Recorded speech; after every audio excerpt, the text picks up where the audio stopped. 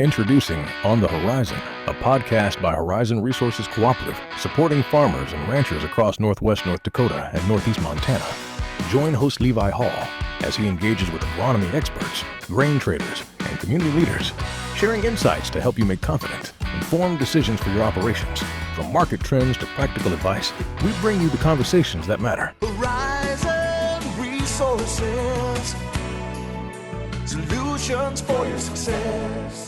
Welcome back to On the Horizon.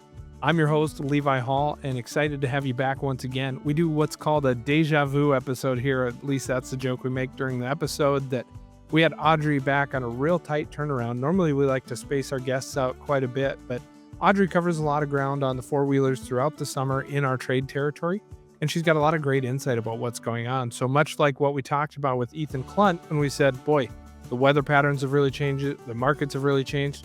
We had a very similar conversation with Audrey talking about, are there disease issues that are perking back up?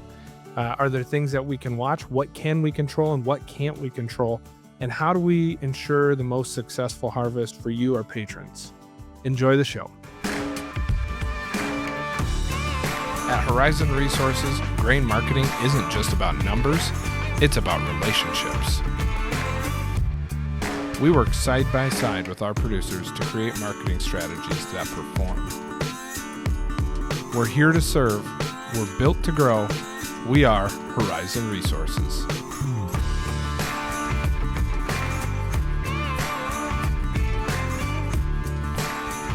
Welcome back to another episode of On the Horizon. Dr. Audrey Kalil, another quick turnaround. You were just giving me grief right before we started that this is...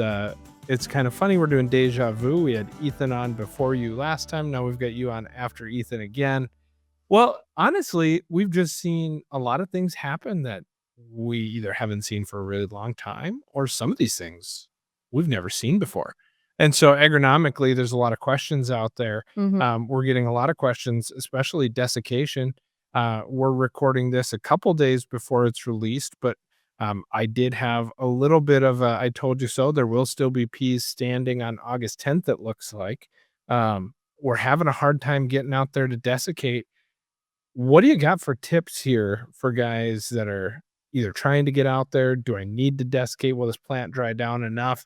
Is this cool, rainy spell that we've been in going to keep this plant alive? What's going on? Yeah, I mean, we normally desiccate lentils, so I don't think there's any shocker there that we'll be desiccating again this year.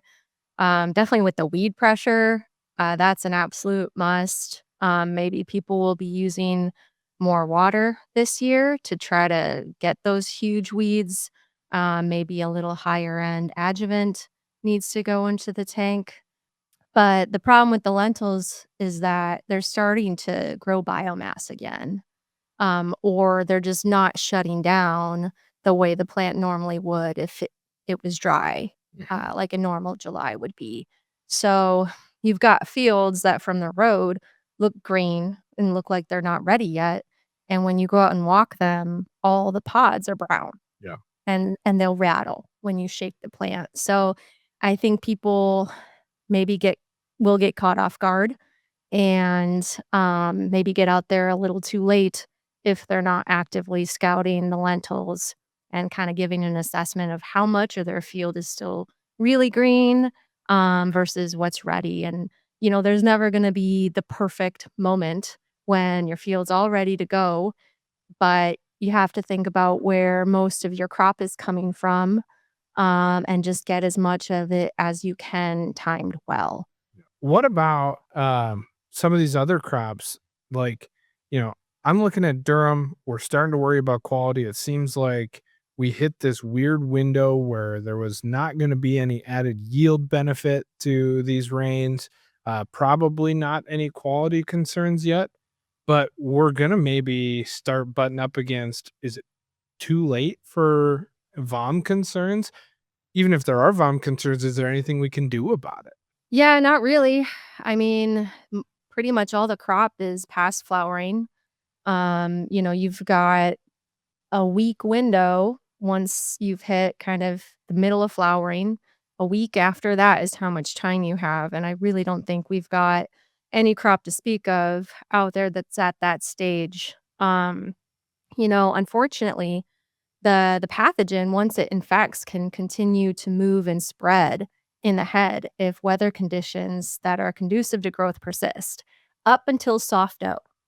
And so some of this crop that maybe was flowering at the start of this wet window, and maybe some of the tillers were right at flowering when we started to have the rain, those would probably be the ones I'm concerned about the most if they didn't get sprayed, because they've sat wet now for several weeks. Several weeks. Yeah. Yeah, I know at my house, we had over 6 inches in the last half of July alone. Beginning of August, we've had a few showers move through. There's rain called for the 7th, 8th, 9th. Yeah. And then rain called, the far out, the 10-day has like the 18th, another rain event, another 3 to 4 day rain event. So I'm getting calls on the grain side from buyers asking me, do we have to be concerned about bomatoxin? Do we have to be concerned about bleach? Do we have to be concerned about falling numbers? Do we have to? And the answer right now is yes on all of it until I'm proven otherwise. Right. And so, I mean, there's nothing we can do for, the hard count. There's nothing we can do for falling numbers other than just get out there and get it. Yeah. You know, I think this is one of those times where, unfortunately, it just emphasizes the fact that you have to make disease or fungicide application decisions before you know what you're dealing with. And that's tough because it's not inexpensive, but the downside potential is there. And will we get another July like this in the next 5 years? Who knows? Yeah. Right? It's anybody's guess. But that's what you're doing when you're putting a fungicide on. You're not necessarily spraying for the weather you have today. It could be the weather that you have moving forward, because what you do when you spray for scab is you limit the number of infection sites on your head. Yeah. Right? And so now we know that pathogen's growing because it has the perfect weather. But if you had less infections in that head, you have less potential for dawn in your grain. Right. Okay. So then canola. We've had, I've had people send me pictures and say, I think my canola's been flowering for 8 weeks. Now, it's probably not the same plant. We've had some regrowth this year, and to an extent that I've never seen before. So what's going on in the canola fields? Yeah, so talking to our Invigor rep, stress like drought or hail can cause the canola plant to shoot off, essentially another branch, I guess you might call it. And they're quite tall at the moment. They might be at your crop height or a little lower. And so that suggests this happened some time ago, this stress that was causing that response. It's unfortunately something that just can happen. I don't think there's anything we could have done to ensure that it didn't happen. If you don't have a pivot or a linear to put on some water. At this point, if that flowering shoot is not too tall, you can cut above it potentially. But if it's at the same height as your pods, your mature pods, you might have to desiccate. Another thing that could have happened is maybe you had really uneven emergence, where this crop emerged 3 weeks later. The potential for it is there, especially if you didn't have ideal seeding or emergence conditions in a field. We talked about uneven emergence earlier this season. This could just be the culmination of all those factors. So we're not going to make it to a productive state. No. This is not going to, we're not going to sit around and shell out the rest of our crop waiting for this to get to a productive state. So it kind of seems like desiccation is probably going to be best bet. Is that kind of your take, or do you think that we'll be able to cut through it, or is it going to be trial and error? I think it would just depend on the situation. I was in a field earlier this week and those shoots were not high enough that it would interfere with harvest. If they had, if they were cutting at mid stalk, it drove up the moisture of their sample for sure, to cut it that high. But maybe you just need to cut it a little higher, which might be more of a challenge. Maybe you'll miss some lower pods if you really don't want to desiccate. It's going to be one of those things where you gotta watch that majority of your field and make sure it doesn't get too far along, because at some point you lose the opportunity to desiccate. Remember, anytime you desiccate, you're pushing your harvest window out at least a week. Right. And so you have to have that week-long give in your window, especially when we've got rains and drying. That's going to weaken that pod integrity. So are these new shoots setting pods or will they have set pods? Because on the grain side, one of the things we're concerned about is green count. Is this going to mess up our green counts? And is this just going to be something where we've got to start working with our buyers and saying, hey, we're expecting a high green count year? Or is this something that, I don't know what else to say. I think that so much of this crop, having never in my career seen so much rain last half of July, I have so many questions.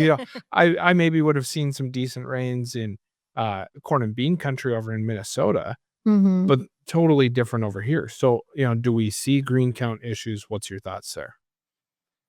I mean, that might be a case for desiccation. I don't know. I don't know that waiting that week is really going to matter. Maybe you need to cut around areas.